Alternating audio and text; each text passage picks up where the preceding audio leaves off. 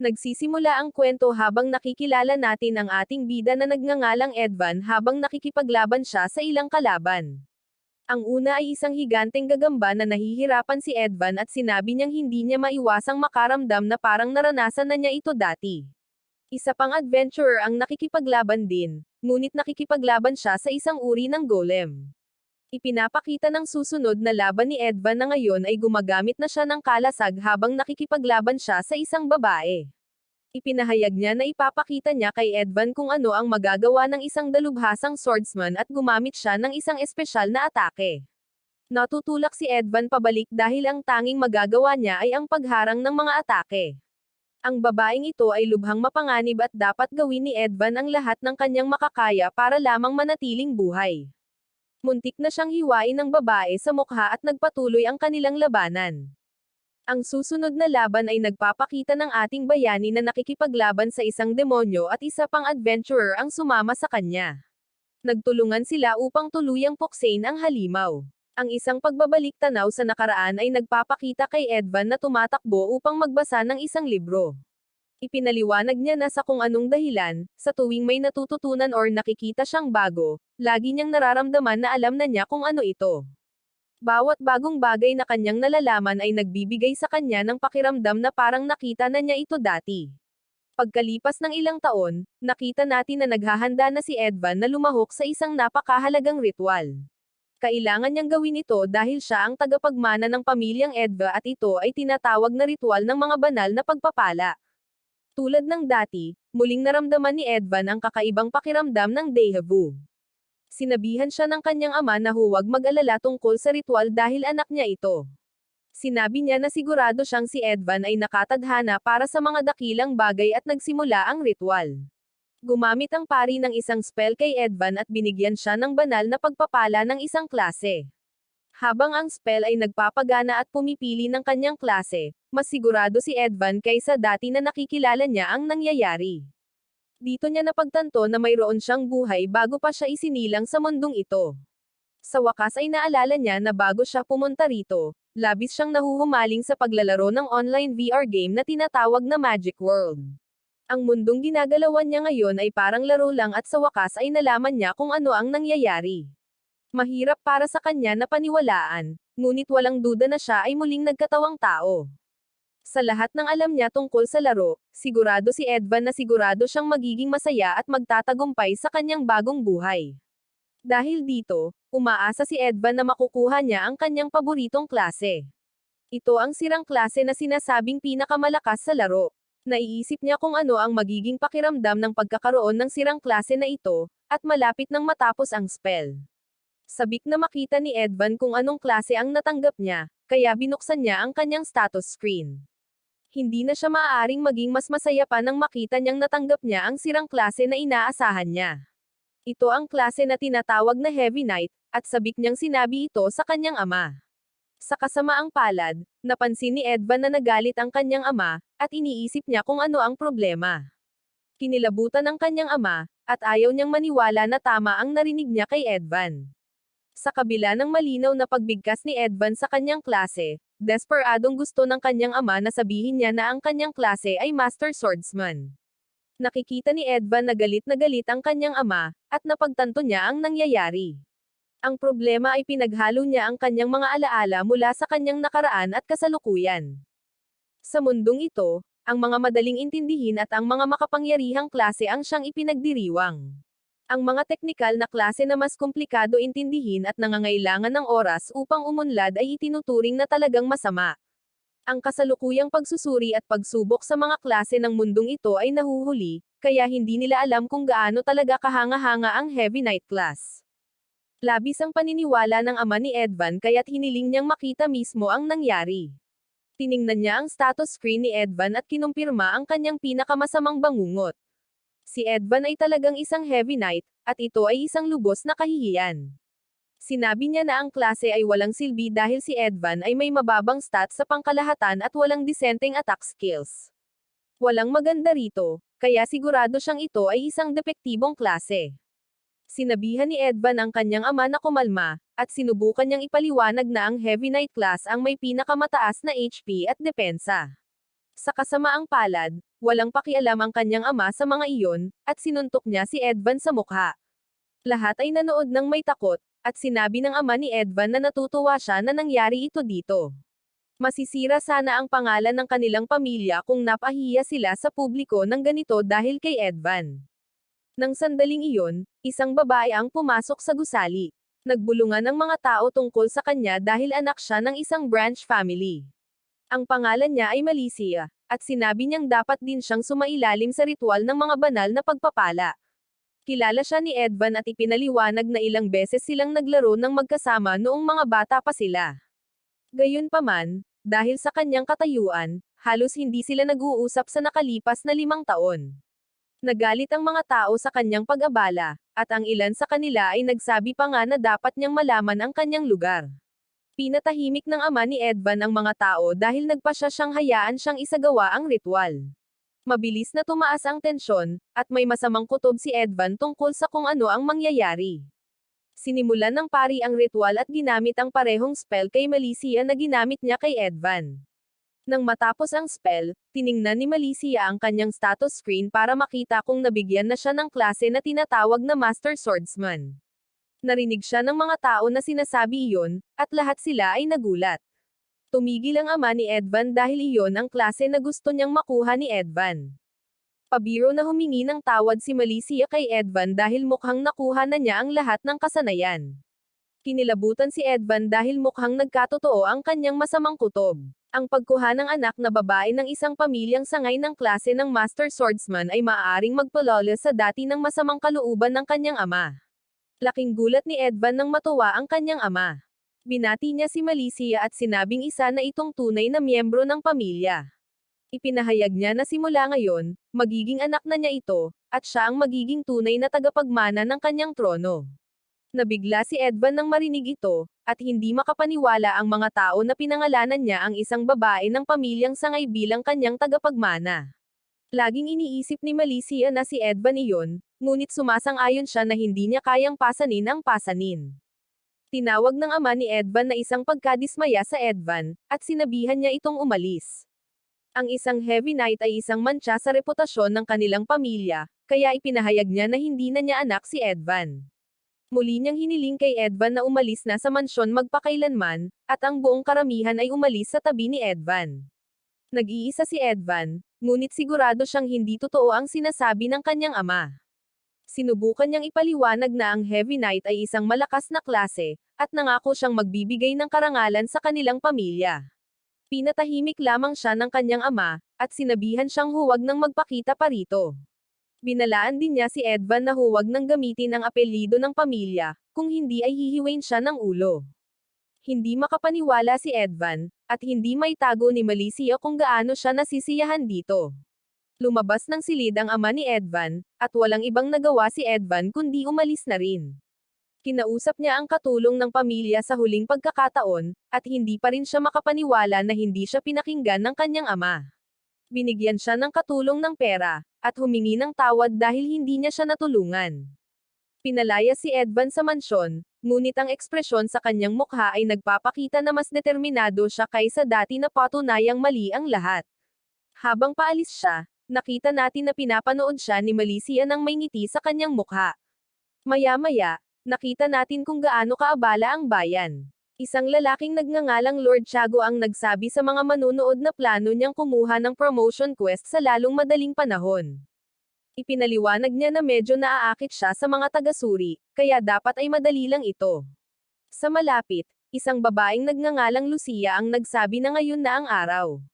Nangako siyang gagawin niya ang kanyang makakaya, ngunit isang lalaki sa kanyang grupo ang nagsabi sa kanya na huwag siyang makaabala.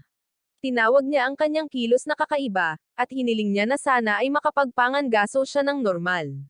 Sa malapit, dumating si Edvan sa tuluyan na kanyang tutuluyan. Tinawag niya ang kanyang ama na isang basura dahil sa paglalagay sa kanya sa napakaraming problema. Nawala ang kanyang tahanan, ang kanyang pamilya, at ang kanyang buong buhay. Gayunpaman, ang mayroon pa rin siya ay ang Heavy Knight class, na siyang pinakamalakas na klase sa lahat. Isa itong sirang klase, ngunit walang ibang nakakaalam nito maliban sa kanya. Naisip ni Edvan kung paano ang mundong ito, ang kasaysayan nito, ang kapaligiran nito, at maging ang pangalan ng lungsod ay ibang-iba sa dating laro. Maraming hindi alam, kaya kailangan niyang magsaliksik. Gayunpaman, ang unang bagay na kailangan niyang gawin ay subukan ang kanyang klase at mga kasanayan. Sabi niya, ipakita ang mga istatistika, at lalabas ang kanyang status screen. Napagtanto niya na kung nagbago na ang mga bagay-bagay at ang Heavy Knight class ay hindi talaga overpowered, siya ay mabibigo. Tiningnan niya ang lahat at nakahinga ng maluwag nang makita na ang Heavy Knight class ay overpowered pa rin. Ito ay eksaktong kapareho ng sa laro at ito pa rin ang pinakamahusay na klase. Tiningnan niya ang mga skill tree at ipinaliwanag kung ano ang mga ito. Ang mga skill tree ay nagbibigay daan sa isang tao na pumili kung aling mga uri ng kasanayan ang gusto nila. Sa kasalukuyan, si Edvan ay may 5 natitirang skill points, na siyang mga unang bonus points na nakukuha kapag nakakuha ng isang klase. Mula rito, makakakuha siya ng isa pang skill point para sa bawat level na kanyang i-advance. Sinabi niya na kung paano itinatalaga ang mga points na ito ang magtatakda ng kapalaran ng isang tao. Pagkatapos ay ipinaliwanag ni Edvan na mayroong 2 uri ng skills. May mga fixed skills na tinutukoy ng class at mga skills na random na itinatalaga sa paglikha ng character. Sa mga mayroon siya, ang tinatawag na Oath of the Heavy Armor ang tanging fixed class skill tree. Ipinaliwanag ni Edvan na tinawag ito ng mga tao na pinakamahina sa mga Heavy Knight skill tree. Maaari itong maging medyo malakas, ngunit mahirap gamitin at marami sa mga skills nito ay may limitadong aplikasyon. Tungkol naman sa Defense Booster Skill Tree, sinabi ni Edvan na medyo kapaki-pakinabang ito. Hindi ito nagbibigay ng anumang skills, ngunit pinapataas nito ang depensa. Pagkatapos ay mayroong skill tree na tinatawag na Beginner Swordsmanship, na hindi rin masama. Kapag na-max out na, maaari itong i-evolve sa Advanced Swordsman Skill Tree gamit ang mga espesyal na item. Alam na ni Edvan kung saan niya gustong paglagyan ng 5 skill points ang kanyang 5 skill points, kaya pinili niya ang Oath of the Heavy Armor. Matapos italaga ang kanyang 5 puntos dito, umabot ito sa level 2. Natigilan si Edvan nang agad niyang nakuha ang isang skill na tinatawag na Rampart Reflection. Nakakagulat, umabot sa level 5 ang Oath of the Heavy Armor at tumaas ng 10 ang kanyang depensa. Mas nasasabik dito si Edvan at ipinahayag niya na ito ay isang magandang panimulang punto. Maya-maya, natagpuan natin si Edvan sa kagubatan at nakita natin na handa na siya. Sandali siyang naglaan ng oras upang suriin ang kanyang paligid at nakita natin ang kanyang kasalukuyang mga istatistika. Naglakad siya sa kagubatan hanggang sa makasalubong niya ang isang halimaw na palaka na nagngangalang Arana. Ipinakita niya ang mga istatistika ng halimaw at nakita niyang level 2 na ito. Inatake ng halimaw ang ating bayani, kaya ginamit ni Edvan ang Rampart Reflection upang harangan ang pag-atake. Ang kakayahang ito niya ay lumikha ng isang pader ng enerhiya na hugis isang kuta ng kastilyo. Ang istrukturang pangdepensa na ito ay napakalakas kaya natatalo nito ang halimaw ng mag-isa. Tuwang-tuwa si Edvan sa kanyang kakayahan at ang mga puntos ng karanasan na nakukuha niya mula sa laban ay nagpapaangat sa kanya sa level 2. Ang paliwanag ng kanyang Rampart Reflection ay nagpapakita na ito ay isang karaniwang kasanayan. Ipinapaliwanag ng paglalarawan na kapag ang isang pag-atake ng kaaway ay napawalang bisa ng kanyang depensa, ang kasanayang ito ay nagdudulot ng pinsala na katumbas ng depensa ng gumagamit. Pumunta si Edvan upang kolektahin ang mga samsam ng kanyang tagumpay at nakita na ang halimaw ay naghulog ng isang level 2 magic stone. Hindi ito gaanong mahalaga, ngunit nagpasya si Edvan na itago ito. Nang sandaling iyon, kinailangang magbantay ni Edvan nang may marinig siyang tumatakbo at humihingi ng tulong. May isang lalaking tumatakbo para sa kanyang buhay na nagsasabing hinahabol siya. Nagmakaawa siya kay Edvan para sa tulong at nakita natin na siya ay hinuhuli ng ilang halimaw. Mahinahong sinabi ni Edvan sa kanya na hayaan siyang humawak nito at nagtaka ang lalaki kung kaya ba niya silang harapin ng mag-isa. Nagsimula siyang mag-isip na si Edvan ay maaaring isang sikat na adventurer. Ngunit sinabi ng ating bayani na hindi iyon ang kaso. Ipinaliwanag niya na kaka-level up lang niya ilang minuto ang nakalipas sa unang pagkakataon sa buong buhay niya. Natakot ang lalaki nang marinig ito dahil nangangahulugan ito na mas mahina pa si Edvan kaysa sa kanya. Sigurado siyang baliw si Edvan dahil walang paraan na ang isang baguhan na tulad niya ay kayang humarap ng napakaraming halimaw. Sinabihan niya si Edvan na alisin na lang ang lahat ng mabibigat na baluti dahil kailangan nilang tumakbo para sa kanilang buhay. Hindi siya pinakinggan ni Edvan at iniisip lang niya ang hamon na nasa harap niya. Kinikilala niya na ang kanyang Rampart Reflection skill ay hindi perpekto. Maliban na lang kung ay negative mo ang lahat ng pinsala gamit ang isang depensang higit na nakahihigit sa atake ng iyong kalaban, hindi ito gagana. Hindi rin ito epektibo laban sa mga nakahihigit at hindi kilalang mga kalaban. Nagsimulang umatake ang mga halimaw, kaya sinubukan ng lalaki na sabihin kay Edvan na tumakbo. Hindi gumalaw kahit 1 pulgada si Edvan, at naghanda siyang gamitin ang kanyang kakayahan. Sa kabila ng lahat ng problema nito, alam ni Edvan kung gaano ito kalakas. Lumapit ang mga halimaw, at inactivate niya ang Rampart Reflection. Nabuo muli ang pader, at lahat ng rana ay bumangga dito. Isa-isa, sila ay natanggal, at may inanunsyo si Edvan. Sinabi niya na pamilyar na siya sa mga starting enemies. Maaaring mababa ang kanyang level, ngunit pinalakas niya ang kanyang depensa gamit ang mga skill tree bonus at kagamitan.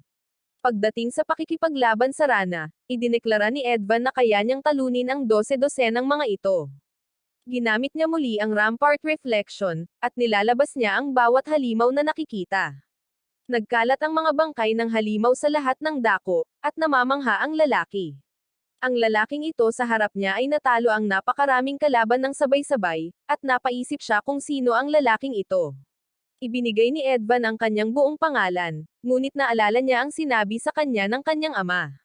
Sinabi niya na hindi na niya magagamit muli ang apelyido ng pamilya, kung hindi ay matatapos ang kanyang buhay. Binawi ng ating bayani ang kanyang sinabi, at ipinakilala niya ang kanyang sarili bilang si Edvan ang Heavy Knight. Matapos gumugol ng mas maraming oras sa pangangaso, sa wakas ay naabot ni Edvan ang level 8, at nakuha ang isang titulong tinatawag na Unwavering 1. Tiningnan niya ang kanyang status screen, at kinumpirma na ang sistemang ito ng mundo ay gumagana ng eksakto tulad ng ginagawa nito sa laro ng Magic World. Ipinakilala ng adventurer na kanyang iniligtas ang kanyang sarili bilang si Aristotle, isang baguhan na kamakailan ay umalis sa kanyang liblib na nayon. Ipinaliwanag ni Aristotle na sinabihan siya na hindi siya mapagkakatiwalaan maliban kung maabot niya ang level 3 ng mag-isa. Nagpanik siya dahil wala siyang makitang gustong makipag-party sa kanya, kaya talagang iniligtas ni Edvan ang buhay niya. Gusto sana siyang pasalamatan ni Aristotle, pero sinabi ni Edvan na huwag siyang mag-alala tungkol dito. Nakinabang din siya rito, dahil perpekto ang mga halimaw na iyon para sa mga grinding level. Plano naman ni Edvan na kunin ang lahat ng magic stones, at pumayag si Aristotle nang walang anumang reklamo. Hiniling ni Aristotle kay Edvan na bumuo ng isang party kasama niya pagbalik nila sa bayan. Ipinapalagay niya na nahihirapan si Edvan na makahanap ng trabaho para sa kanyang sarili, at alam niya na hindi gaanong popular ang mga defensive class. Dahil dito, napaisip si Edvan kung gaano kasama ang pagtrato sa kanya ng kanyang ama nang malaman niya ang tungkol sa kanyang klase. Ang Heavy Knight ay itinuturing na may depekto sa mundong ito, at sinabi sa kanya ng kanyang ama na wala siyang silbi. Nakakagulat, sinabi ni Aristotle na sa tingin niya ay kahanga-hanga si Edvan, at magiging isang mahusay na team sila. Nangako pa nga si Aristotle na tutulong siyang baguhin ang isip ng lahat pagkatapos nilang makita kung gaano kahanga-hanga si Edvan. Sa kasamaang palad, tinanggihan ni Edvan ang alok niya, kaya nagtaka si Aristotle kung bakit mas gusto niyang magpatuloy sa pakikipaglaban ng mag-isa. Itinuro ni Aristotle na gumagamit si Edvan ng shield class, at hindi siya kailanman makakapag-level up ng mahusay ng mag-isa. Nagmakaawa siya kay Edvan na huwag maging matigas ang ulo, ngunit naging seryoso si Edvan. Nabigla si Aristotle, at humingi na lang ng tawad si Edvan. Sa kaibuturan, alam ni Edvan na tama si Aristotle dahil ang mga defensive class ay karaniwang nagpoprotekta sa mga kaalyado at umaatake sa mga kaaway. Gayunpaman, ang pagdadala ng mga miyembro ng partido ay nangangahulugan na kailangang ibahagi ni Edvan ang lahat ng karanasang kanilang nakukuha. Para sa paraan ng pag-level up na gusto ni Edvan, talagang nakakainis iyon. Gusto ni Edvan na makakuha ng mga level, item, skill, at titulo sa lalong madaling panahon.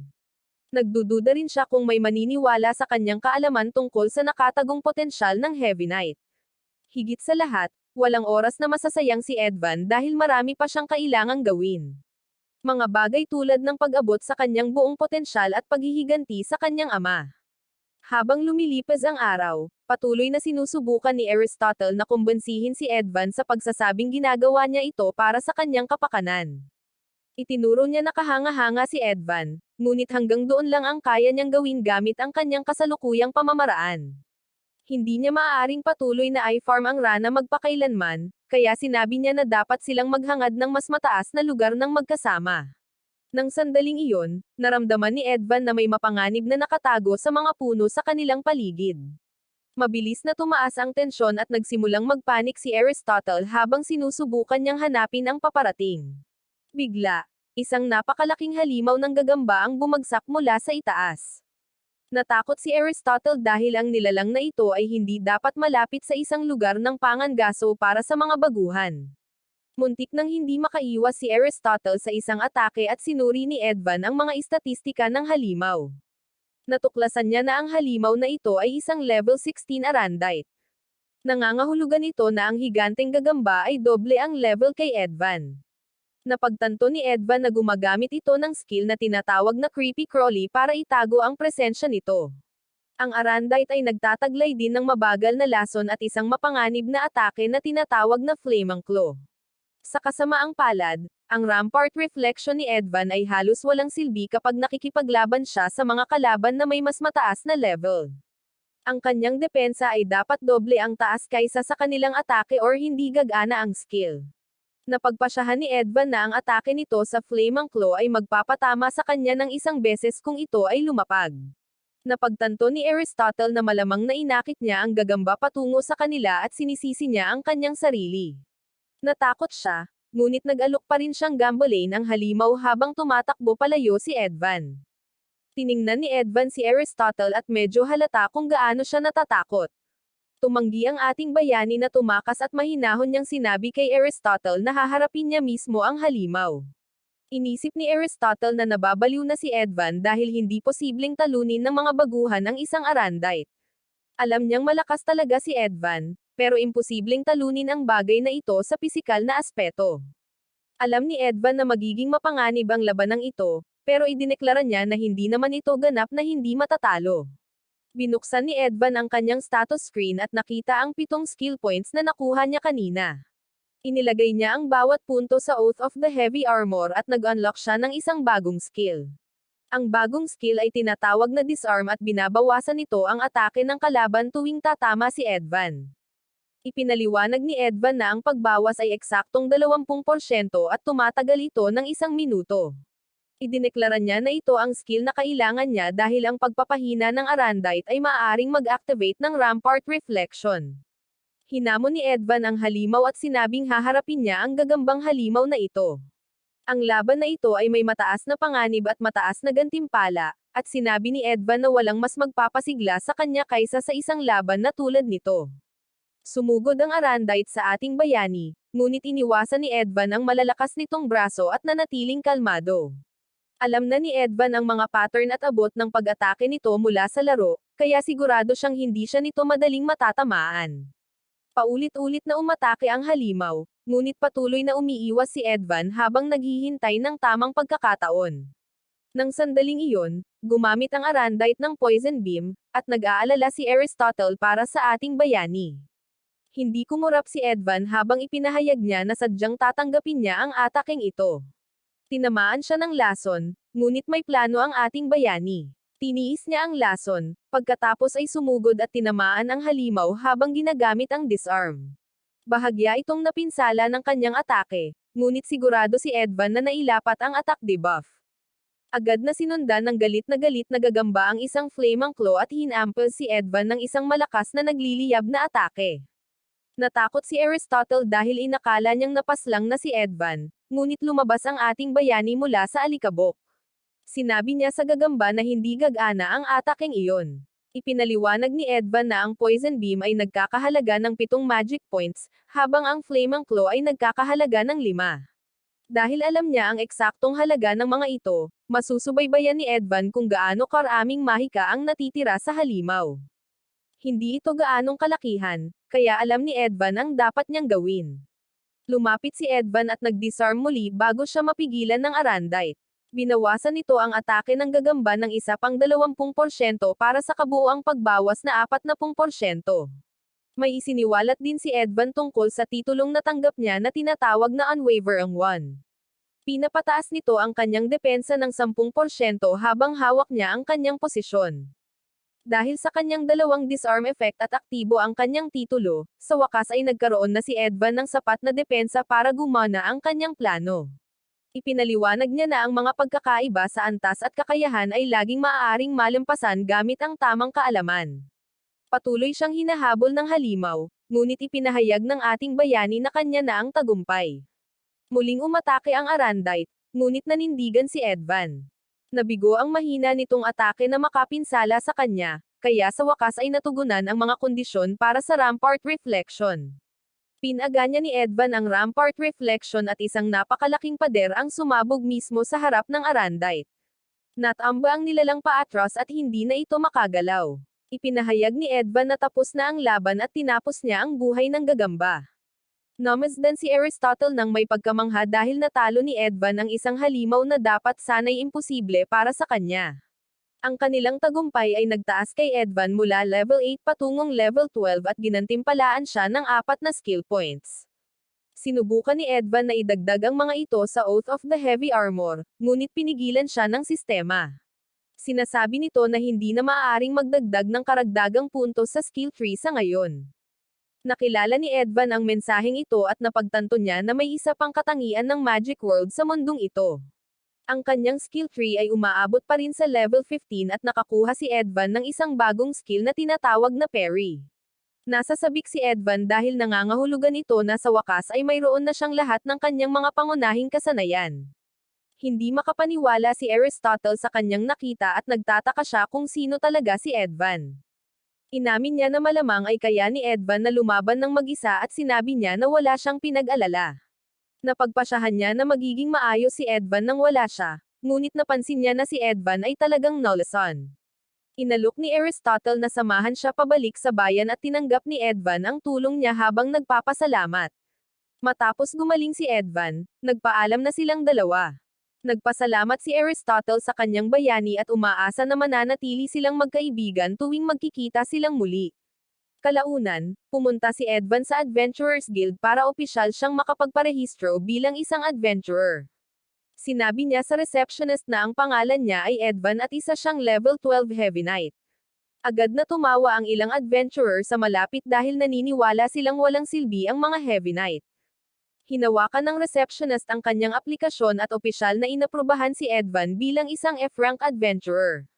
Ipinaliwanag sa atin ni Edvan na mayroong 7 adventurer ranks kung saan ang S-rank ang pinakamataas. Ang isang grupo ay dapat maglaman ng kahit isang E-rank adventurer bago ito makapasok sa anumang piitan. Natuklasan din ni Edvan na nililimitahan ng adventurer rank kung gaano karaming skill points ang maaari niyang idagdag sa Oath of the Heavy Armor. Ito ang dahilan kung bakit siya pinigilan ng sistema kanina. Kaya, kailangan ni Edvan na maabot ang E-rank sa lalong madaling panahon. Nagtanong ang ating bida tungkol sa paghahanap ng isang party, ngunit sinabi ng receptionist na bihirang kailanganin ang mga gumagamit ng kalasag. Binalaan siya nito na maaaring magtagal, ngunit nagpa siya si Edvan na pag-isipan ito mamaya. Patuloy siyang iniinsulto ng mga kalapit na adventurer dahil walang gustong makipag-party sa isang mababang antas na Heavy Knight. Hindi sila pinansin ni Edvan at kinuha ang magic bag na dala niya mula sa mansyon ng kanyang pamilya. Naisip ni Edvan kung paano makakapag-imbak ang bag ng napakaraming bagay, kaya natuwa siya na kinuha niya ito.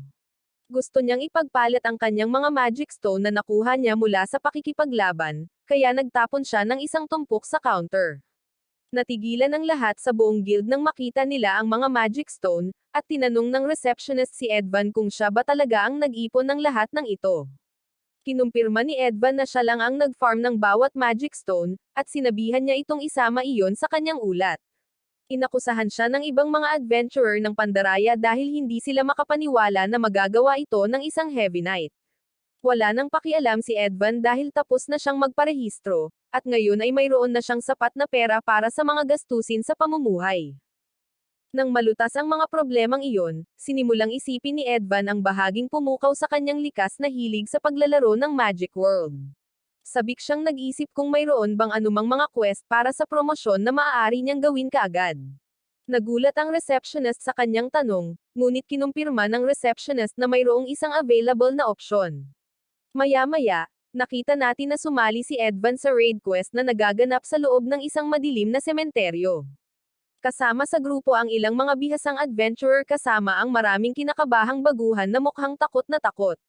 Isang malaking veterano na nagngangalang Gutan ang lumapit matapos marinig na isang payaso ang sumali sa raid quest.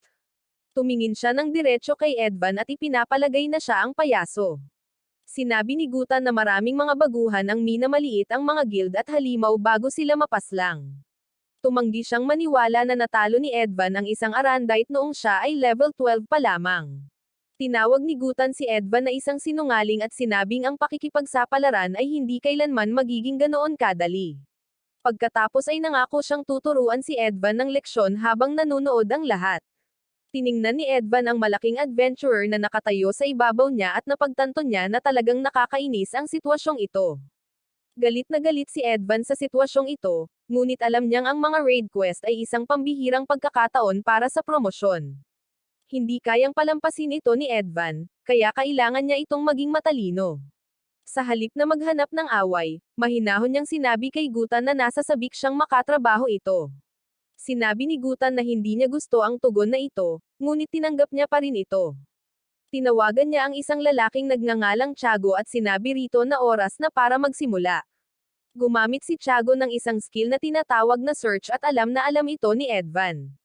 Ipinaliwanag niya na ang search skill ay nakakadetect ng lahat ng nilalang sa isang partikular na lugar. Nabanggit ni Edvan na ito ay isang medyo pambihirang skill sa mababang level at medyo matagal itong gamitin. Kalaunan, isiniwalat ni Tiago na mayroong isang kawan ng humigit kumulang 30 halimaw na kalaban. Pinuri siya ni Gutan para sa magandang gawain at hindi mapigilan ni Tiago na magyabang tungkol sa kanyang pambihirang kasanayan. Sinabi rin niya na umaasa siyang bibigyan siya ni Gutan ng promosyon sa Rango E. Pagkatapos ay lumingon si Tiago kay Edvan at sinabing ang kanyang kakaibang pag-uugali sa guild ay pumukaw ng ilang tsismis. Tiningnan ni Edvan ang kagamitan ni Tiago at natukoy niya na ang lalaking ito ay tiyak na isang pulang salamangkero. Ang mga pulang salamangkero ay may mataas na pisikal na kakayahan at maaaring matuto ng mga attack spell kasama ang mga healing spell. Bukod pa riyan, maaari rin silang matuto ng malawak na hanay ng mga support spell. Pagkatapos ay sinabi ni Tiago na haangga siya kung ang mga chismis tungkol kay Edvan ay talagang totoo. Pabiro siyang humingi ng paumanhin tungkol sa pagiging natigil ni Edvan sa isang depektibong klase. Pinahahalagahan ni Edvan ang kanyang pag-aalala, ngunit nilinaw niya na gusto niya ang kanyang klase. Sinubukan ni Tiago na titigan siya ng masama tulad ng ginawa ni Gutan, ngunit hindi man lang umiwas si Edvan. Sinabihan ni Tiago ang matapang na lalaking ito na huwag siyang pigilan at lumakad siya palayo. Naisip ni Edvan kung paano ang pulang salamangkero ay isa sa mga pinakamahirap na klase. Sa unang tingin, parang kaya nilang gawin ang kahit ano at sa laro, kilala sila bilang tipikal na jack of all trades.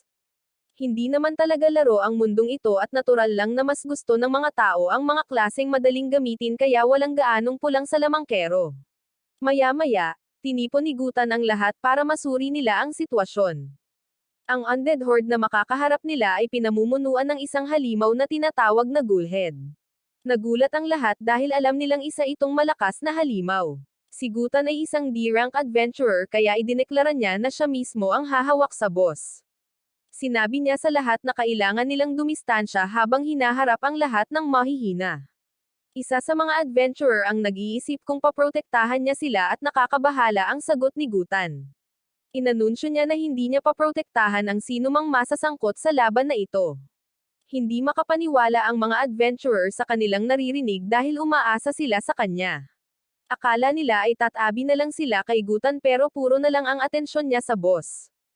Samantala, iniisip ni Edvan kung paano nasa level 30 ang ghoulhead. Wala itong attack skills pero isa sa mga kakayahan nito ay nakakainis. Ito ay tinatawag na Hades Breath at ang skill na ito ay ginagawang low-level wipes ang mga bangkay. Mabuti na lang at mayroon silang gutan na isang D-rank adventurer na nasa level 40.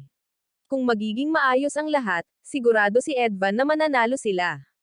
Sa kasamaang palad, tumingin si Edvan sa paligid at nakitang may ilang seryosong problema sa kanilang team. Ang mga baguhan ay pawang mga duwag na kumbinsido na masasawi sila. At nariyan din ang kay-abangan ng mga tulad ni Tiago na minamaliit ang lahat. Inaasahan ng mga baguhan na magiging madali ang pagsalakay na ito ngunit hindi aalagaan ng kanilang pab-aya na pinuno ang kanyang team. Kinakalkula ni Edvan na ang tsansa na mabuhay silang lahat ay nasa 80% lamang. Maganda ang tsansa para sa isang laro ngunit ibang-iba ang kwento ng mundong ito. Ang kasawian dito ay higit pa sa isang balakid kaya nagpa siya si Edvan na magsalita. Sinabi niya kay Gutan na sa palagay niya ay dapat niyang bigyan ang lahat ng mas tiyak na mga tagubilin. Natigilan ang lahat at nagtaka si Gutan kung ano ang ibig niyang sabihin. Itinuro ni Edvan na ang ulat tungkol sa Undead Horde ay maaaring hindi lubos na tumpak. Huli na ang lahat kung hindi sila handa at hinihintay na lang nila ang pinakamasamang mangyari. Halatang naiinis si Gutan at hindi makapaniwala ang iba na nagbibigay ng mga mungkahi si Edvan sa kanya. Galit na iniisip ni Gutan kung iniisip ni Edvan na maaari niya siyang utusan. Patuloy na lumalaki ang galit ni Gutan at inaabangan niya ang paglalagay kay Edvan sa kanyang lugar. Sinabi ni Edvan na hindi niya sinusubukang utusan siya at ipinaliwanag niya na balisa lang siya. Nagpakumbaba siya sa pagsasabing kinakabahan siya dahil isa siyang mababang antas at walang karanasang adventurer. Sinabi niya na nababalisa siya tungkol sa laban na ito at itinuro niya na ganoon din ang nararamdaman ng iba. Alam niya na maaaring makita ng isang veterano tulad ni Gutan ang lahat ng ito bilang karaniwang gawain. Gayunpaman, talagang pahahalagahan ng iba sa kanila ang ilang karagdagang tagubilin bago ang labanan. Ipinahayag ni Gutan na hindi siya isang tagapag-alaga ng bata, ngunit nakakagulat na pumayag siyang gawin ito. Sa kasamaang palad, si Tiago ay sumabad dahil hindi niya gusto kung paano nagsasalita si Edvan para sa lahat. Ipinahayag niya na tanging ang mga may depektong klase lamang ang natatakot sa ilang mahihinang undead. Pagkatapos ay kinutya ni Tiago si Edvan dahil sa pagsalita kay Gutan bago ang labanan. Tahimik na inamin ng ibang mga adventurer na natatakot din sila, ngunit nanatili silang tahimik. Sinira ni Tiago ang mga pagsisikap ng ating bayani sa pamamagitan ng pag-anunsyo na hindi nila kailangan ng anumang mga tagubilin upang harapin ang mga halimaw na ito. Sinabi niya na maaaring lumayo ang mga duwag sa pamamagitan ng pagtakbo sa likuran. Sa sandaling iyon, dapat magbantay ang lahat dahil sa wakas ay dumating na ang kawan ng mga undead. Nagpapakita sila sa lahat ng direksyon at ipinakita ni Tiago kung gaano talaga siya kaduwag. Nanginginig siya sa takot, ngunit naghanda ang ating bayani para sa labanan. Ipinakilala ng Goalhead ang presensya nito sa pamamagitan ng isang malakas na dagandong at bumagsak si Tiago sa lupa. Hindi nag-aksaya ng oras si Gutan habang inutusan niya sina Tiago at Paul na linisin ang daan upang marating niya ang boss. Sumugod sila sa labanan at naglaan ng ilang sandali si Edvan upang suriin ang pinuno ng kalaban. Tila walang espesyal ang kanilang pamalo, kaya napagpasyahan niyang dapat ay maayos sina Gutan at ang iba pa. Pagkatapos ay sinabi ni Edvan sa mga natitirang adventurer na oras na para alagaan ang mga tagasunod ng kanilang boss. Ngunit sila ay natakot dahil ayaw nilang sumugod sa isang buong hukbo ng mga halimaw. Alam nila na ang mga bagay na ito ay mga whites lamang, ngunit itinuro nila na wala silang pagkakataon kung sila ay mapalibutan. Sinabi nila na pumunta lamang sila rito dahil inakala nilang matatalo ni Gutan ang mga halimaw para sa kanila. Sa halip, nakatuon lamang siya sa boss kaya hindi nila alam ang gagawin. Napagtanto na ngayon ni Edvan kung bakit ang lahat ng mga lalaking ito ay walang motibasyon na lumaban. Malinaw na wala pa sa kanila ang nakaharap sa isang kawan ng halimaw noon. Ang mas malala pa, ang kanilang kaharap ay mga nakakatakot na undead at hindi sila binigyan ng wastong mga tagubilin. Naunawaan ni Edvan kung bakit sila nag-aalangan kaya nagpasya siyang siya na ang bahala. Inutusan niya ang lahat na bumuo ng mga pangkat na may 3 miyembro para mabantayan nila ang isa't isa. Kung magagawa nila iyon, hindi sila matatalo ng mga halimaw. Pumayag ang mga adventurer na gawin ito, ngunit nagtataka sila kung ano ang gagawin ni Edvan. Inihayag ni Edvan na siya ang nasa unahan at hihilahin ang mga undead palapit sa kanya. Bibigyan nito ng oras ang iba para makapaghanda sila. Itinuro ng iba na masyadong pabaya para sa kanya na gawin iyon ng mag-isa. Ang mga Heavy Knight ay talagang mabagal at hindi siya makakagaling ng mabilis. Saka lamang sinubukang atakihin ng isang halimaw ang adventurer, ngunit agad itong naiwas ni Edvan gamit ang kanyang parry skill. Ang skill na ito ay gumagamit ng espada or kalasag upang iwasan ang mga atake ng kaaway at lumikha ng mga opening. Sinalag ni Edvan ang ilan pang mga atake gamit ang mga ito at namangha ang mga adventurer. Pagkatapos ay gumamit si Edvan ng disarm habang sinasalakay niya ang buong kawan bago nilipol ang isang buong grupo ng mga halimaw gamit ang Rampart Reflection. Natigilan ang mga adventurer dahil napaslang ni Edvan ang lahat ng mga halimaw na iyon sa isang kisap mata. Sinabihan sila ni Edvan na huwag mag-alala dahil ang pag-akit ng mga kawan ng mga kaaway ay trabaho ng isang Heavy Knight. Sinabi niya na kung may hindi inaasahang mangyari, gusto niyang ipaalam nila agad sa iba.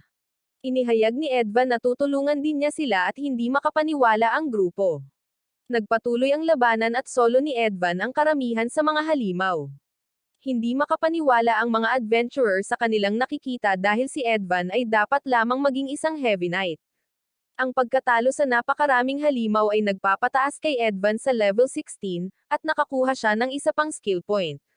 Tuwang-tuwa si Edvan dahil mas mahusay ang pag-parry kaysa sa inaasahan niya. Ang pakikipaglaban sa napakaraming kaaway sa level na ito ay talagang epektibo rin para sa grindang. Sinuri niya ang kanyang mga istatistika, at natuwa siyang makita na ang lahat ay patuloy na tumataas. Itinuro ng mga adventurer na sinabi ni Edvan na hihilahin niya lang ang mga halimaw. Sa halip, halos pinuputol niya silang lahat ng walang anumang tulong. Nagsimula silang mag-isip kung dapat ba silang manatili sa likuran niya para sa kaligtasan. Si Edvan ay lubos na maaasahan, ngunit ngayon ay mas tinatakot niya sila kaysa sa mga halimaw. Pagkaraan ng mahabang panahon, nakita natin na ang mga adventurer ay pagod na pagod mula sa lahat ng labanan. Nakatayo si Edvan sa harap ng isang tumpok ng mga halimaw, at inanunsyo niya na naharap na nila ang halos lahat ng kawan. Isa sa mga adventurer ang nag-isip kung dapat ba nilang tulungan si Gutan ngayon. Ipinaliwanag ni Edvan na ang Ghoulhead ay mas mataas ang antas kaysa sa kanilang lahat. Dahil dito, dapat na lang nilang hayaan si Gutan na hawakan ito mismo. Samantala, si Gutan ay nasa isang mabangis na labanan laban sa higanteng halimaw. Pinalo niya ito ng ilang beses, ngunit umungal lamang ang halimaw sa kanya. Nadismaya si Gutan dahil hindi pa rin bumabagsak ang matigas ang ulong halimaw. Kailangan niyang itaboy ang ilang halimaw, kaya inutusan niya sina Tiago at Paul na hilahin pa ang mas maraming halimaw palapit sa kanila. Sa kasamaang palad, ang dalawang lalaki ay masyadong takot na hindi man lang gumalaw. Tinawag sila ni Gutan na mga duwag, at idineklara na hindi nila makukuha ang promosyon na iyon kung hindi sila gagawa ng isang bagay. Alam na nila ito, ngunit tumanggi silang lumapit pa sa Ghoulhead. Ayaw nilang mahuli sa laban, kaya maaari lamang silang tumulong mula sa malayo. Nang sandaling iyon, inatake ng halimaw si Gutan, kaya naghanda siya ng isang kontra. Tinamaan niya ang halimaw ng isang malakas na atake na tinatawag na Rock Shatterer. Talagang nasugatan na ang halimaw ngayon, at lahat ay humanga kay Gutan. Sinuri ni Edvan ang mga istatistika ng halimaw, at inisip kung paano nila ito matatagumpayan. Maaaring patumbahin ni Gutan ang natitirang HP ng halimaw sa isang hit pa. Ang problema lang ay isang grupo ng mga halimaw ang nakaharang ngayon. Nag-isip ang mga adventurer kung dapat ba nilang atakihin ang mga halimaw, ngunit sinabihan sila ni Edvan na maghintay. Nang sandaling iyon, ginulat ng Ghoulhead ang lahat ng simulan nitong lamunin ang lahat ng kalapit na mga halimaw.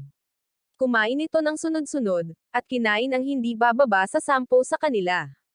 Kinilabutan ng mga adventurer habang pinapanood nilang gumaling ang kalusugan ng halimaw. Ipinaliwanag ni Edvan na ang bagay na ito ay may kasanayang tinatawag na consume corpses. Ang kasanayang ito ay nagbibigay daan dito upang mabawi ang HP sa pamamagitan ng pagkain ng mga bangkay at undead. Nabigla ang ating mga bayani dahil karaniwan ay napakaliit lamang ng pagkakataon para sa mga Ghoulhead na magkaroon ng kasanayang ito.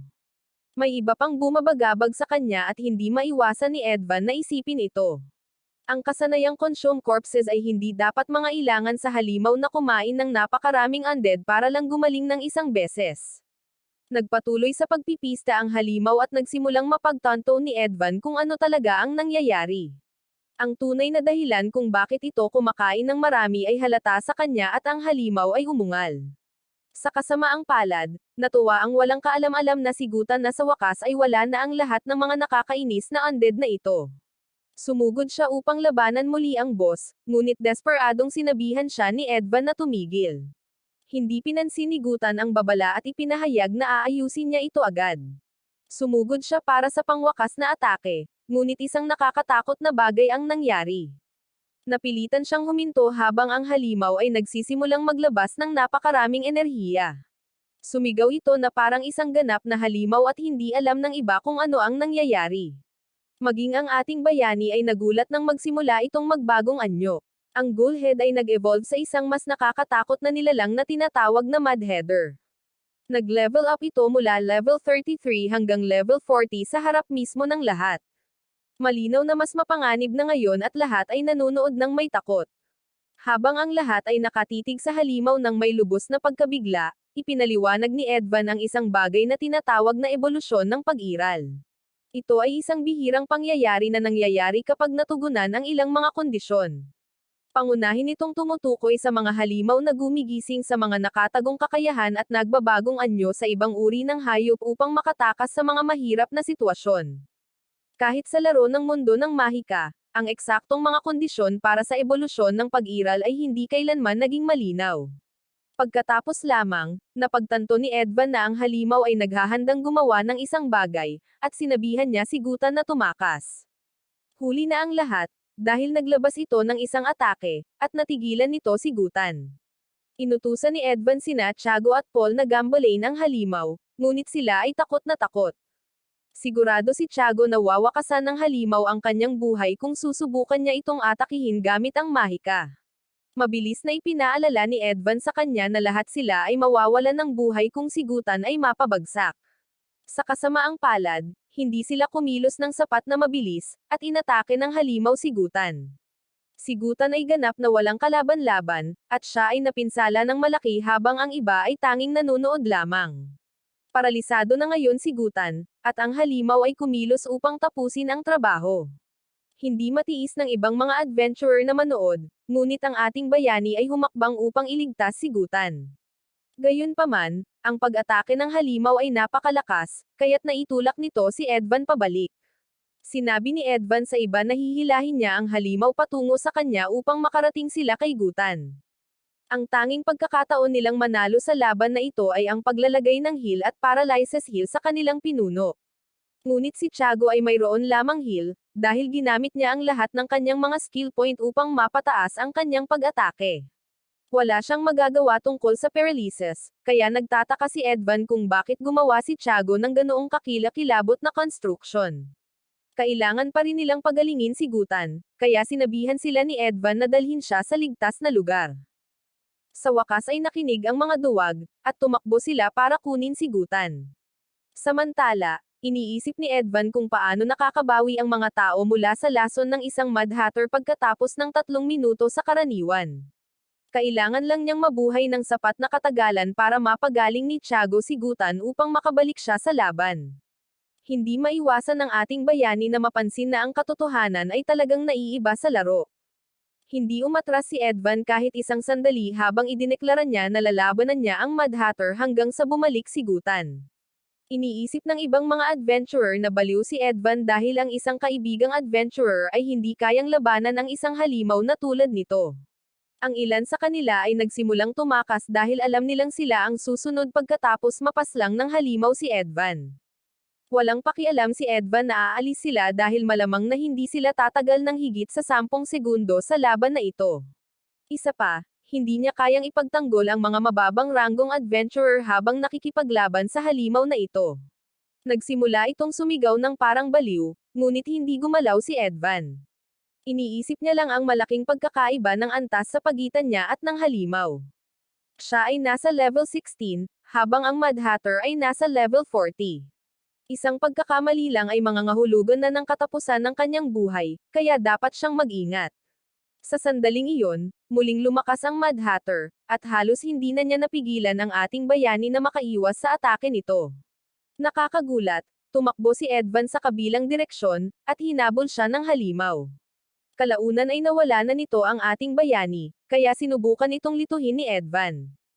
Napatingin niya ito sa isang direksyon sa pamamagitan ng paghagis ng bato dito, at pagkatapos ay sumugod siya para umatake. Sa kasamaang palad, iniwasan ito ng halimaw, at natigilan si Edvan nang makitang siya ang nawalan ng pagsubaybay sa kanyang kalaban. Nagawa ng halimaw na magpaatake ng biglaan, at pinalipad nito ang ating bayani. Inulit ni Edvan na napakalaki ng pagkakaiba ng level, at sinabi niyang nakakainis ang sitwasyong ito. Hindi niya inakala na makakaharap niya ang isang napakalakas na kalaban habang hindi siya handa. Gayunpaman, napagpasyahan niya na ito ay isang magandang pagsubok sa kanyang mga kakayahan. Ipinahayag niya na hindi siya magiging lalaki kung ang laban na ito ay hindi magpapainit sa kanyang dugo. Sumugod siyang muli, at hindi maintindihan ng ibang mga adventurer kung ano ang nangyayari.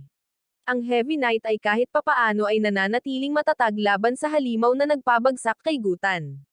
Ang isang lalaki ay talagang humanga, at iniisip niya kung kaya bang manalo ni Edvan. Sinabihan siya ng isa pang adventurer na huwag magpakawalang isip, dahil unti-unti nang natatalo si Edvan. Isang himala na buhay pa siya, at malamang na hindi na siya magtatagal. Patuloy na umiiwas si Edvan sa mga atake, ngunit may napagtanto siya. Kung patuloy niyang hahayaan ang Mad Hatter na umatake, tatamaan ito ng suntok kalaunan. Alam niya na kakailanganin niyang gumanti kung gusto niyang pigilan ang halimaw. Binuksan ni Edvan ang kanyang status screen, at naglagay siya ng ilang puntos sa beginner swordsmanship. Umabot ito sa level 5, at nakuha niya ang Vital Slice skill. Papayagan nito si Edvan na magpatama ng malakas na atake gamit ang kanyang blade mula sa zero distance. Gayun din, napaka-epektibo nito laban sa mga target na may mataas na depensa. Nagpatuloy ang labanan at gumamit si Edvan ng parry upang maiwasan na tamaan. Tinakpan niya ang puwang ng may hindi kapani-paniwalang bilis at ginamit niya ang Vital Slice sa unang pagkakataon.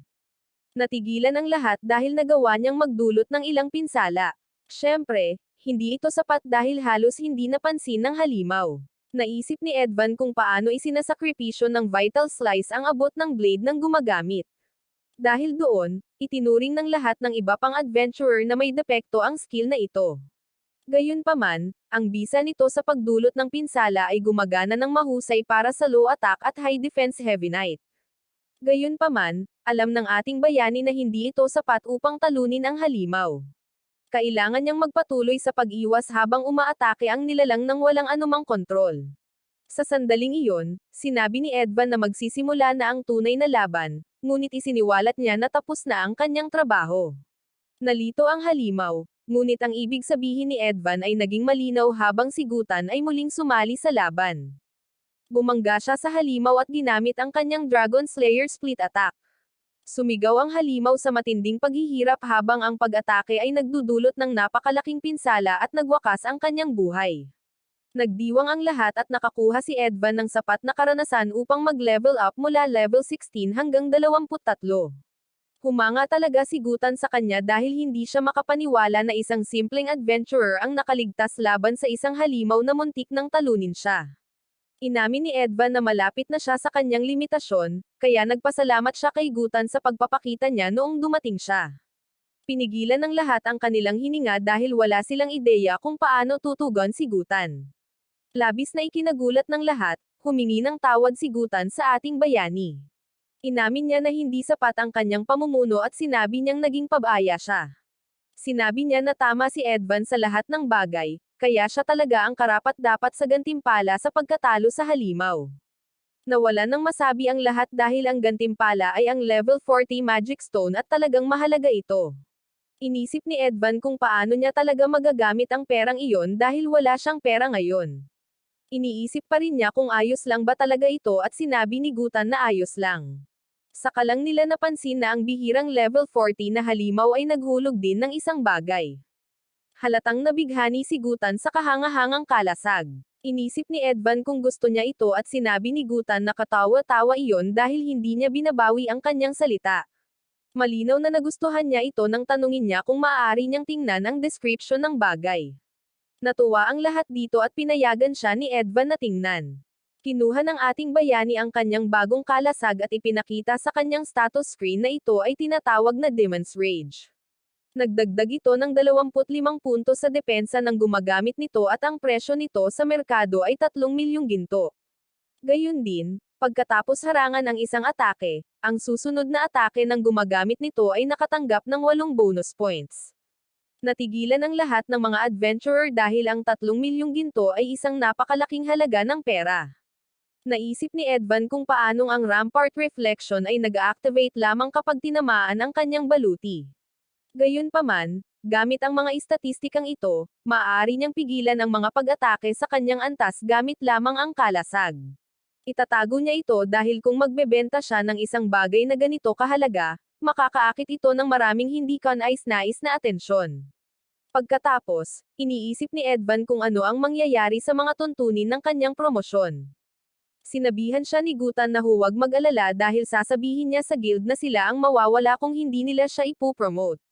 Nagulat ang lahat dahil talagang sinusuportahan ni Gutan si Edvan. Sinabi ni Gutan na sisiguraduhin niyang ipopromote nila si Edvan sa lalong madaling panahon. Inihayag niya na sinabihan siya ng guild na siguraduhin hindi manloloko si Edvan. Gayunpaman, napagtanto niya na ang kanilang babala ay mali. Ipinahayag niya na kung may sino mang tutol sa promosyon ni Edvan, patatalsikin niya sila. Tumawa siya na parang baliw at pinutol siya ni Tiago upang magtanong tungkol sa kanyang promosyon. Itinuro niya na ang kanyang heel ang nagpabalik kay Gutan sa laban, ngunit pinatahimik siya ni Gutan. Itinuro niya na nawala ng lakas ng loob si Tiago sa harap ng halimaw, kaya hindi niya maaprubahan ang kanyang promosyon. Mas malalaking hamon ang kanyang haharapin sa mga piitan at malinaw na hindi pa siya handa. Sinabihan siya ni Gutan na magsanay gamit ang ilang mga quest na kaya niyang gawin, kaya umalis si Tiago. Kinabukasan, nakita natin na ang bayan ay masigla gaya ng dati. Pumunta ang ating bayani sa guild kasama si Gutan, at natanggap ng receptionist ang gantimpala para sa pagkumpleto ng pagsalakay. Una, binigyan niya si Gutan ng isang maliit na bag na may 130,000 ginto, at lahat ng nasa guild ay matamang nanunood. Pagkatapos ay binigyan niya si Edvan ng isang mas malaking bag na may 200,000 ginto para sa 10 puting magic stone na dala niya. Namangha ang lahat, ngunit talagang nagulat sila nang sabihin niya na mayroon pa. Ang susunod na gantimpala ni Edvan ay para sa Magic Stone na nakuha niya mula sa Mad Hatter. Ito ang pinakamalaking bag sa ngayon, at naglalaman ito ng 600,000 ginto. Tumawa ng malakas si Gutan dahil mas malaki pa ang kinita ni Edvan kaysa sa kanya sa pagkakataong ito. Nagsimulang magbulungan ang lahat sa guild tungkol kay Edvan dahil isa lamang siyang walang kwentang Heavy Knight. Kahit ang receptionist ay kinailangang tanungin si Gutan kung talagang natalo ni Edvan ang Gullhead variant. Kasabay nito, naalala ng ibang mga adventurer na si Edvan ang parehong taong nagpataas ng kilay nang magdala siya ng mga high-level magic stones noong isang araw. Iniisip pa rin nilang lahat na may depekto ang mga defensive class, kaya inakala nilang may ginagamit si Edvan na trick. Nagiging balisa na ang lahat, at hiniling nila kay Gutan na magsalita. Gusto nilang malaman kung paano kayang tapusin ng isang defensive class tulad ng Heavy Knight ang napakaraming halimaw. Kalaunan, nawalan ng pasensya si Gutan, at sinimulan niyang sigawan ang lahat. Ipinahayag niya na kung pagdududahan nila si Edvan, iniinsulto rin nila siya dahil sa pag-aproba sa kanyang promosyon. Natahimik ang lahat, at nakita natin na nagpapasalamat si Edvan. Sa labas, nagpasalamat si Edvan kay Gutan para sa lahat, at naghiwalay sila. Maayos ang lahat habang iniisip ni Edvan kung paano siya na-promote sa E-rank. Naglakad siya sa bayan, at iniisip niya kung ano ang dapat niyang gawin ngayon. Isa na siyang E-rank ngayon, kaya maaari na siyang makapasok sa mga piitan at mag-farm ng ginto. Gayunpaman, ang estratehiya sa Rampart Reflection na nangangailangan ng matinding depensa ay gumagana lamang laban sa mga nagsisimulang kaaway. Dahil sa kanyang kasalukuyang skill set, pansamantala siyang mananatiling naka-grinding level. Napagpasyahan niyang maghanap ng isang partikular na item. Ito ay tinatawag na Fang of Smoldering Insanity Skill Book. Ipinaliwanag niya na ang mga skill book ay mga item na kinakailangan upang ma-unlock ang mga skill tree. Napakabihira ang mga ito, kaya hindi siya agad makakahanap, ngunit libre ang paghahanap.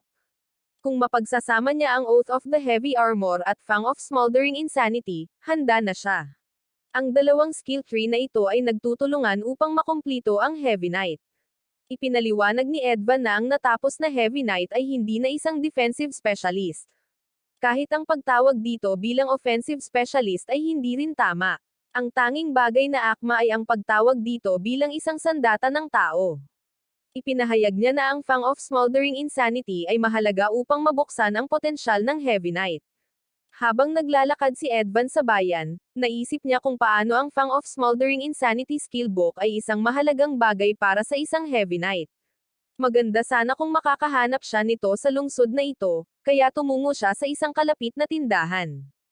Gusto niyang bumili ng 3 healing potion, ngunit natigilan siya nang marinig na aabot ito sa kanya ng 72,000 ginto. Mas malaki iyon kaysa sa halaga nito sa laro, ngunit wala siyang magagawa. Nagbayad siya at tinanong niya ang clerk kung alam nito kung saan siya makakabili ng mga skill book. Bamantong hininga ang clerk at ipinaliwanag ni Edvan na wala siyang nakitang skill book sa alinman sa mga tindahan. Naisip niya kung paano noong laro, isang Heavy Knight ang natigil sa tutorial mode hanggang sa matagpuan nila ang Smoldering Insanity skill book. Hindi kayang maghintay lang ni Edvan at kailangan niyang makahanap agad ng isa. Nagtataka ang clerk kung paano siya naging walang kaalam-alam at ipinapalagay niya na isa siyang first-year adventurer na kakagraduate lang ng kanyang klase. Ipinaliwanag niya na ipinagbabawal ang pagbili at pagbebenta ng mga skill book. Pinapayagan ng mga tao na gamitin ang mga skill book na nakuha nila, ngunit kung hindi, ibinibigay ito ng Adventurers Guild sa mga maharlika at sa simbahan. Natigilan si Edvan dahil ito ang pinakamasama niyang bangungot. Ang mga skill book ay napakabihirang makuha at hindi niya kailanman mahahanap ito ng mag-isa. Bukod pa riyan, hindi mo rin maaasahan na makakahanap ka ng skill book na talagang gusto mo. May kutob si Edvan na mas makapangyarihan ang mga maharlika rito kaysa sa laro, at kinukumpirma ito nito. Ang mas malala pa, malamang na pagmamayari ng kanyang ama ang lahat ng skill book na nakolekta sa lungsod na ito. Napansin ng clerk na nakakaabala ito sa kanya, kaya sinabi niyang tutulong siya. Hindi niya dapat sabihin sa kanya ang sasabihin niya, ngunit nagpasya siyang gumawa ng exception. Gumuhit siya ng mapa at sinabihan ang bayani na pumunta roon. Napaisip si Edvan kung ano iyon, kaya ipinaliwanag niya na may tindahan doon na nagbebenta ng mga nahuling gamit. Naalala ni Edvan na ang mga scavenger ay mga taong nagnanakaw ng mga katawan ng mga adventurer na pumanaw na. Sinabi ni Edvan na inakala niyang dapat iulat ang mga bagay na iyon sa Adventurer Guild. Inihayag ng babae na ang mga scavenger at ang guild ay may sinasabing kasunduan. Alam ng guild ang tungkol sa mga underground shop na ito, at hinahayaan na lang nila ang mga ito. Ito ay dahil alam ng lahat na ang ilang mga adventurer ay maaaring mabuhay nang hindi nanghuhuli ng mga scavenger. Gayun din, kung susundin lang ng lahat ang mga patakaran, ang pinakamaraming bagay ay mapupunta lamang sa mga kamay ng mga maharlika sa halip na sa mga pamilya ng mga nasawi na adventurer. Ipinaliwanag niya na ang mga maharlika ay bumibili ng mga skill book sa murang halaga at itinatago ang mga ito sa halip na gamitin ang mga ito. Malinaw na nakakabahala ito sa kanya, dahil sinabi niya na hindi alam ng mga maharlika kung gaano kahirap maging isang adventurer. Hindi makapaniwala si Edvan kung gaano siya kainosente, dahil kung hindi niya nabawi ang kanyang mga alaala, malamang na isa pa rin siyang maharlika. Inisip niya kung paano niya pipiliing wakasan ang sarili niyang buhay kaysa sabihin sa kahit sino na siya ay anak ng isang maharlika. Pagkatapos ay sinundan ni Edvan ang mapa upang makahanap ng isang mahiwagang tindahan. Sa loob, nakasalubong niya ang makapal na usok, at iniisip niya kung magkakaroon pa ba ng mga skill book ang lugar na ito. Habang tumitingin-tingin siya sa paligid, tuwang-tuwa siyang makakita ng 5 sa mga ito. Sinabi ng kakaibang tindero kay Edvan na ang bulwagan na ito ng mga sirang grimoire ay hindi para sa mga baguhan na tulad niya. Mabilis na sinabi ni Edvan na mayroon siyang ginto, at gusto niyang tingnan ang mga skill book nito. Pinayagan siya ng babae dahil hindi naman ito mababawasan ng maruruming fingerprint nito. Tumingin si Edvan at nagulat siya nang makitang ang skill book para sa mga baguhan sa archery ay ibinebenta sa halagang 2,000,000 ginto. Nakakabaliw iyon dahil mas mahal ito ng 500,000 ginto kaysa sa laro. Naalala niya na sa laro, ang presyo sa merkado ay batay sa mga palitan sa pagitan ng mga manlalaro.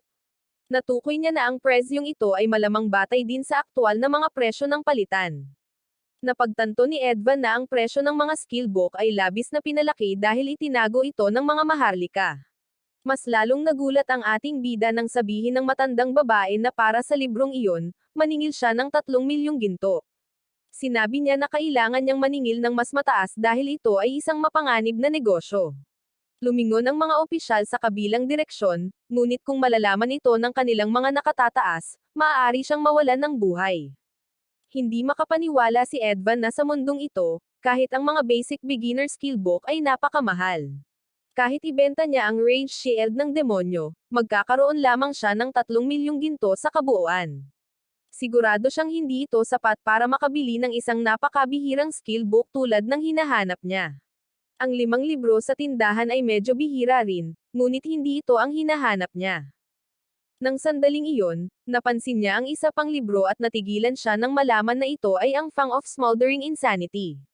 Halos hindi niya mapigilan ang sarili dahil ito ang puno ng kasanayan na mahalaga sa isang Heavy Knight. Magiging handa si Edvan kung mabibili niya lang ito, ngunit nakikita ng matandang babae kung gaano siya kasabik. Tinawag niya itong kakaiba dahil sa pagkagusto niya sa librong iyon at nagtaka si Edvan kung magkano ito. Inihayag ng babae na naninangil siya ng 50 milyong ginto para dito at natigilan ang ating bida. Higit pa iyon sa kaya niya at nakakuha siya ng ilang tusong ideya. Sinabi niya na nagtataka siya na ang babaeng ito ay nagtatago ng napakamahal na paninda ng walang gwardya. Nakikita niya na iniisip ni Edvan na mahina siya, kaya sinabihan niya itong subukan at gumawa ng paraan. Inihayag niya na pinalayas niya ang 5 lalaki noong isang araw ng mag-isa. Wala nang ibang pagpipilian si Edvan, kaya tinanong niya ang babae kung maaari niyang itago ang libro ng kasanayan para sa kanya. Nangako siyang babalik na may dalang 50 milyong ginto, ngunit nag-isip ang babae. Kalaunan, pumayag siyang itago ito, ngunit kung magbabayad lamang siya ng karagdagang 5 milyong ginto. Napakahirap niyang makipagtawaran at wala si Edvan sa lugar para tumanggi.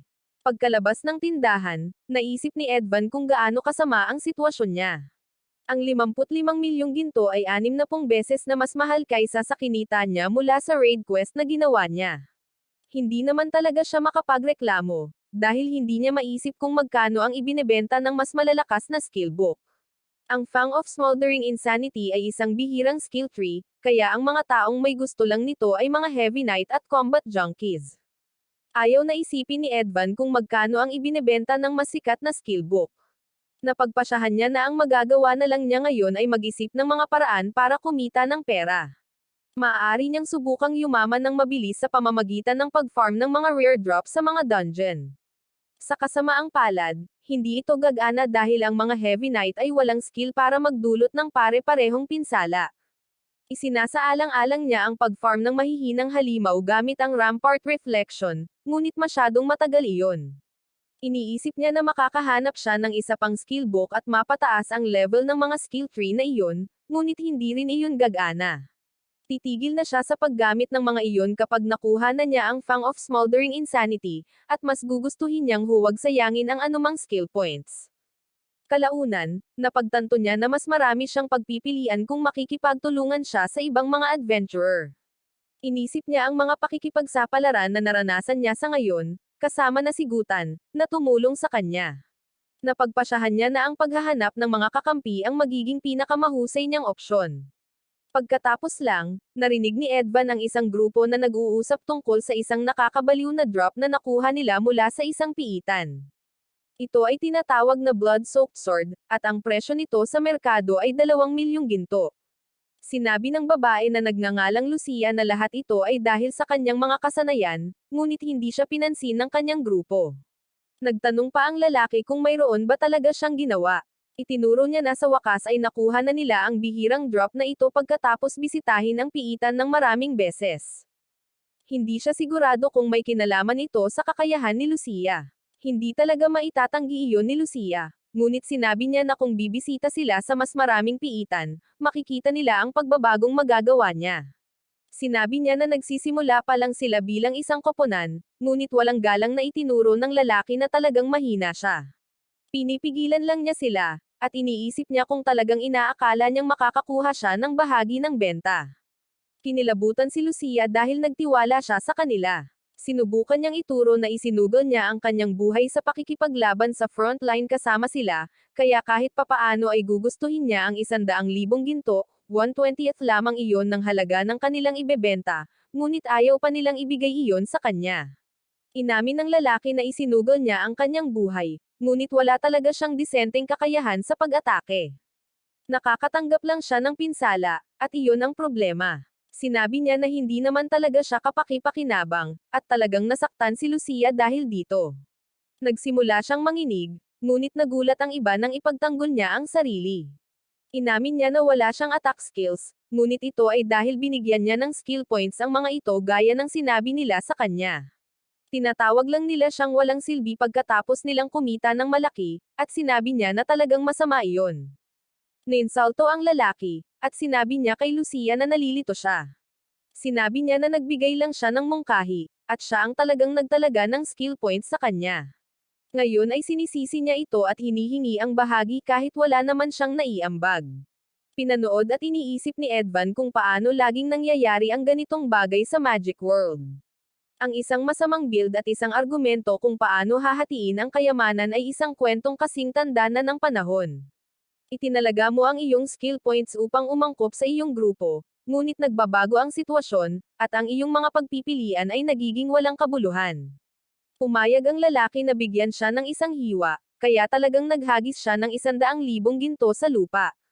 Sinabihan niya itong pulutin ito at pagkatapos ay umalis. Sinabi niya na pinanatili nila siya kahit mahina siya at walang anumang kasanayan sa pag-atake. Ngayon ay ipinapakita na niya ang kanyang tunay na kulay dahil nabubulag siya ng barya. Medyo sumang-ayon ang isa pang babae at sinabing hindi nila kayang ibahagi ang kayamanan na kanilang nakuha. Matagumpay nilang nabaligtad ang sitwasyon kay Lucia habang humihingi siya ng paumanhin sa pag-aalala sa kanila. Sinabi niya na ayaw na niya ng ginto, ngunit sinabi nila sa kanya na huli na ang lahat. Hiniling ng lalaki na sana ay makahanap siya ng bagong party, ngunit hindi niya alam kung sino ang kukuha ng isang talunang tulad niya. Iniwan nila siya, at sinabi ni Edvan na mayroon na siyang mga bagay na tulad nito dati. Karaniwan sa ilang mga relasyon na tatagal lamang hanggat ang pera. Ang mas nagpapahirap pa sa mga bagay-bagay, ang sistema ng skill point ay malupit. Kailangan mong mag-farm ng mga halimaw na mas mataas sa iyong level para makakuha ng disenteng experience. Kung hindi maganda ang iyong build at nahihirapan ka sa mga kalaban na kapareho mo ng level, magiging napakahirap ang pagtataas ng iyong level. Naisip ni Edvan ang sinabi ng iba kay Lucia tungkol sa kung paano wala siyang disenteng attack skills at puro hit lang ang natatanggap niya. Iniisip ni Edvan kung inilalagay ba ng babaeng ito ang kanyang mga puntos sa speed booster or sa isang weapon skill tree na hindi niya kailangan. Napansin niya na isa siyang Harlequin, na nangangahulugang maaaring mayroon siyang support tree. Doon lang, napagtanto ni Edvan kung ano talaga ang nangyayari. Naalala niya ang grupo na nagulat sa pagkuha ng isang bihirang drop at kung paano sinabi ni Lucia na dahil iyon sa kanyang mga skills. Tuwang-tuwa si Edvan habang iniisip niya kung may mahalagang skill tree si Lucia. Batay sa kanilang pag-uusap, sigurado si Edvan na dapat ay mayroon siya nito. Sinabi niya na kung tama siya, kung gayon ay may malubhang sira na skill tree si Lucia. Desperadong hinabol ni Lucia ang iba habang humihingi siya ng paumanhin sa pagiging makasarili.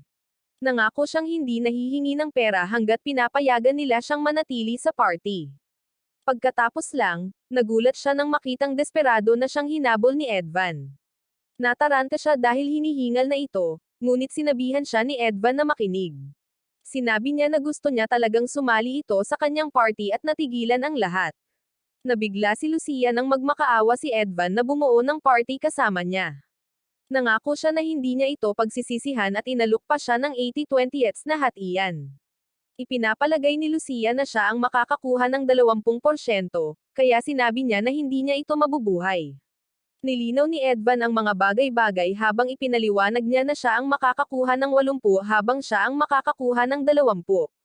Pinutol ng lalaking nagngangalang Clean si Edvan at tinanong niya kung sino sa tingin niya ang kanyang sarili. Nagpakilala si Edvan at isiniwalat na narinig niya na aalis na si Lucia sa kanilang party.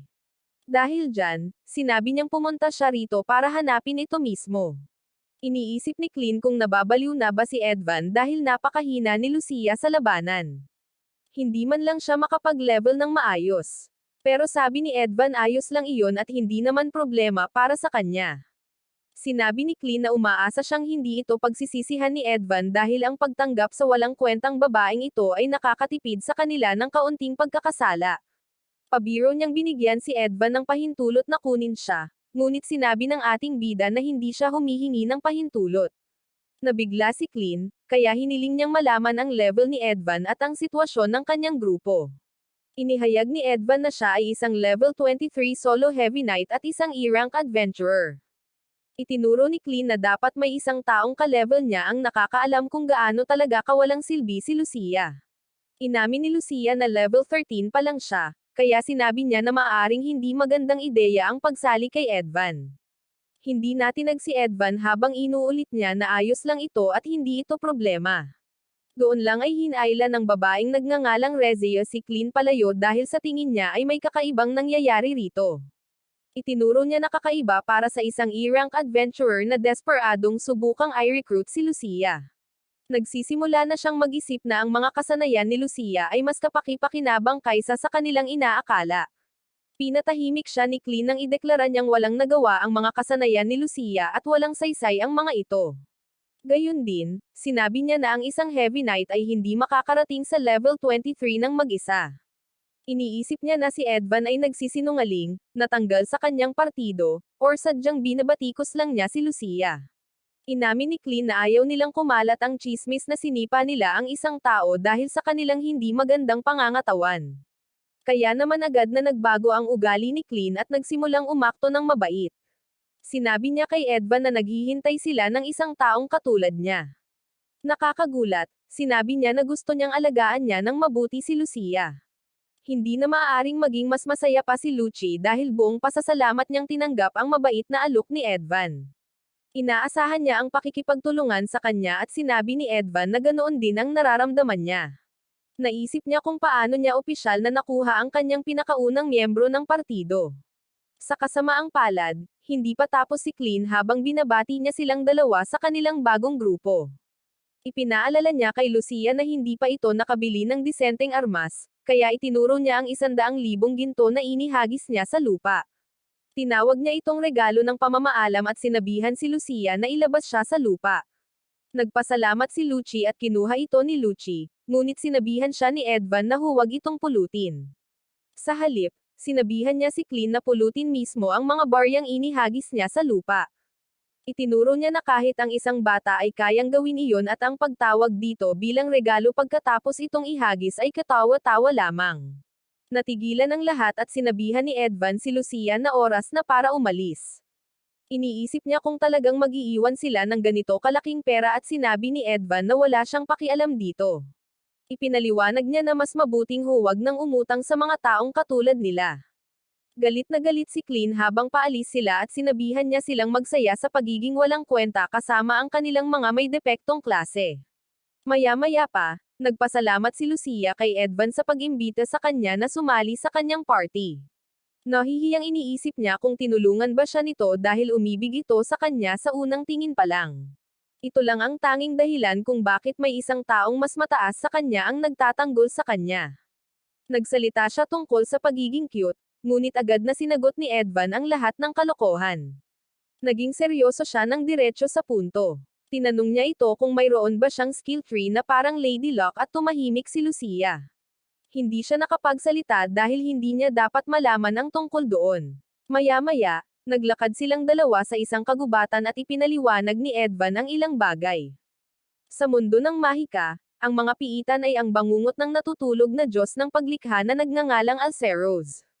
Nanatili siyang ganap na Diyos magpakailanman, ngunit kalaunan ay nawalan siya ng sarili. Dahil dito, tinatakan siya ng mismong mga Diyos na siya mismo ang lumikha. Ang kanyang mga bangungot ngayon ay lumilikha ng mga pintuan sa totoong mundo na lumilikha ng mga halimaw at demonyo. Dumating ang ating mga bayani sa isa sa mga piitan na ito at sinabi ni Edvan na tinatawag din itong mga dream hole. Ito ang pasukan sa Angel's Playbox at ang inirerekomendang antas nito ay 50. Inisip ni Lucci kung talagang sigurado si Edvan na gusto niya siyang mapasama sa kanyang grupo at ipinakita niya sa kanya ang kanyang status screen. Sinubukan niyang ipakita sa kanya kung gaano siya kawalang silbi, ngunit wala itong pakialam kay Edvan. Sinabi lang niya sa kanya na hindi niya dapat ipinapakita iyon sa mga tao, at natigilan si Lucia. Ipinaliwanag niya na mas gugustuhin pa niyang iwanan siya ngayon kaysa bigin siya sa huli. Pagkatapos ay itinuro niya na hindi niya magagamit ang kanyang nag-iisang attack skill, na tinatawag na Dice Thrust, maliban na lang kung mag-roll siya ng 6.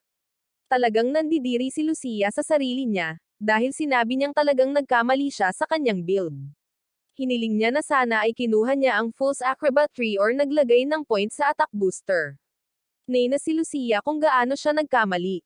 Sinabi lang ni Edvan sa kanya na ayos lang. Mahinahon niyang sinabi na kailangan niya siya, at lubos niyang hindi naintindihan ang ibig niyang sabihin. Muling nagsalita si Lucia tungkol sa romance, kaya kinailangan niyang ipaliwanag ang kanyang tunay na plano. Ipinahayag niya na mag-grind sila ng madaling 30 milyong ginto at dadalhin siya sa level 30. Hindi makapaniwala si Lucia sa kanyang narinig, at iniisip niya kung paano nila gagawin iyon. Naisip ni Edvan na mas madali itong ipakita sa kanya, kaya tumungo sila sa loob ng piitan para magsimula. Sa loob, naisip ni Edvan na ang inirerekomendang antas ay 50, ngunit kilala niya ang lahat ng halimaw na namumuhay dito. Ang plano ay mag-grind lamang ng ilang antas sa itaas na palapag ng piitan. Hihilahin ni Edvan ang mga kalaban palapit sa kanya, habang tinatalo sila ni Lucia gamit ang kanyang iron piercer knife. Ipinahayag ni Lucia na binili ni Edvan ang mamahaling kutsilyong ito para sa kanya, kaya hindi siya maaaring maging mahina. Ang pagtingin sa kutsilyo ay nagpapakita na nagbibigay ito ng +3 attack, at ang presyo nito sa merkado ay 550,000 ginto. Napaka-epektibo nito laban sa mas matitinding kalaban dahil binabawasan nito ang depensa ng target ng 15% bago kalkulahin ang pinsala. Nangako si Lucia na paprotektahan niya si Edvan para mabayaran ito para sa kutsilyo. Nangako siyang gagawin ang lahat para matugunan ang hindi maipaliwanag na inaasahan nito. Doon lang nila nakasalubong ang kanilang unang halimaw, at isiniwalat ni Edvan na ito ay isang patchwork bear. Itinuro ni Lucia na maganda ang hitsura nito, ngunit hindi ganoon kalaki ang antas nito. Ipinaliwanag ni Edvan na mayroon itong attack stat na 22, kaya makakaligtas si Lucia kahit natamaan siya. Ang tanging bagay na hindi niya kayang tanggapin ay isang kritikal na tama, ngunit sakop din iyon ni Edvan. Sinabi niya na maaari niyang patigilan ang oso sa pamamagitan ng pag-alis nito sa balanse habang sinisimulan nito ang pag-atake. Hahawakan niya ang lahat ng pag-atake nito habang umaatake si Lucia mula sa blind spot nito upang pabagsakin ito. Ang kanyang huling babala ay para kay Lucia na mag-ingat sa mapanganib nitong mga kuko at pangil. Nagsimula ang labanan at gumamit si Edvan ng isang kasanayan na tinatawag na Shadow Stomp on the Beast. Ang pagtapak ni Edvan sa isang target na anino ay pumihil dito sa pagtakbo palayo hanggat ang kanyang paa ay nakalatag sa lupa. Umayo si Lucia sa kanyang pwesto, ngunit nalito siya dahil ang oso ay tila walang anumang mga kuko or pangil. Doon lamang ay kinilabutan siya ng oso nang biglang lumabas ang mga higanteng kuko at pangil mula sa katawan nito. Nagpakawala ito ng sunod-sunod na pag-atake, ngunit hinaranggan ni Edvan ang bawat isa gamit ang kanyang kalasag. Bagbog na bagbog ang oso, kaya sinabi ni Edvan kay Lucia na siya na ang kanyang pagkakataon. Inutusan niya itong hampasin ang oso, kaya sunod-sunod ang pag-atakeng ginawa niya. Sumigaw siya na hindi na ito cute at siya ang nagbigay ng matinding atake. Naging 0 ang HP ng oso nang sa wakas ay natalo ito ng ating mga bayani. Inisip ni Edvan kung ilang level ang nakuha niya, ngunit lubos na natarante si Lucia dahil sa ibang bagay. Walang lumabas na item mula sa oso, kaya nagmakaawa siya rito na maghulog ng isang bagay para sa kanya. Sumigaw si Lucia sa sakit dahil natatakot siyang mapatalsik muli siya sa kanyang grupo dahil sa hindi pagbibigay ng halaga.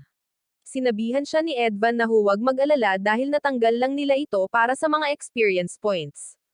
Plano niyang mag-alis ng ilan pa, kaya may tiyak na mahuhulog kalaunan. Maya-maya ay dumating ang mas maraming oso, kaya ginamit nila ang eksaktong parehong estratehiya.